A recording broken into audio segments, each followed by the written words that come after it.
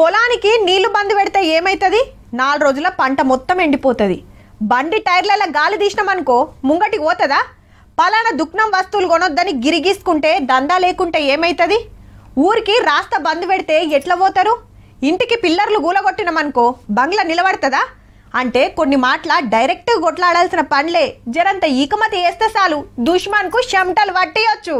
యుద్ధం కంటే ముందే దెబ్బ మీద దెబ్బ పడుతున్నది పాకిస్తాన్ కు. నొప్పి తెలవకుండా మన దేశం రప్ప రప్పంటిస్తున్నది. మళ్ళా ఆ దేశంకెళ్ళి మన కాడికి ఓడలు రావద్దు, మన అటు పోవద్దు. ఇండియాకెళ్ళి వాళ్ళకి సరుకు సౌదా పంపేది లేదు, అటుకెళ్ళి ఇటు దించుకునేది లేదు. పోస్టులలో ఉత్తరాలు రావద్దు, పార్సిల్ పంపొద్దు. ఆల్రెడీ సింధు నది నీళ్లు ఆగబట్టినాం, బోర్డర్ గేట్ బంద్ పెట్టినాం. మన మీదకెళ్ళి విమానాలు ఓనిస్తలేము. చుట్టూ రౌండ్ అప్ చేసి చేతులు కట్టేసినట్టే అయిందనుకో రాదు.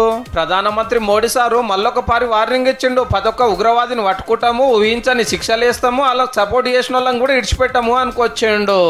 We are committed to take firm and decisive action against terrorist and those who support them. వద్దురా నాయన, ఇండియాతోటి పెట్టుకోకు, ఇంకింత ఆగమైతావని దునియా దేశాలన్నీ పొట్టు తిరుతున్నా పాకిస్తాన్ వాడు మళ్ళా మిసైల్ టెస్ట్ చేసిండు. 450 కిలోమీటర్ల దూరం టార్గెట్ ను కొడుతుందట ఇది.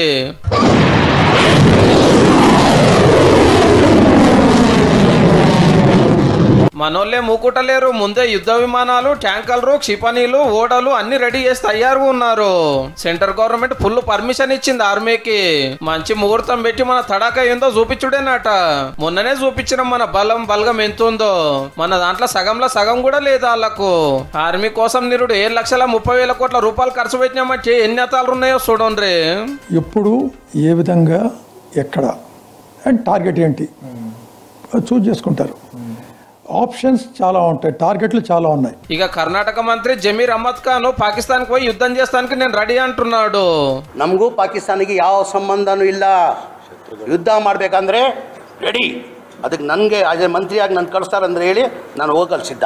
ನಾನೇ ಹೋಗ್ತೀನಿ ಅಲ್ಲಿ ಯುದ್ಧ ಮಾಡಬೇಕು ದೇಶಕ್ಕೋಸ್ಕರ. ನಡೀರಿ. ఏం మజాక్ చేసినట్టునో సారు అంటే లేలే మోడీ అమిత్ షా ఓకే అంటే బాంబులు పట్టుకొని పాకిస్తాన్ మీదకి పక్కా పోతా అన్నవట్టే.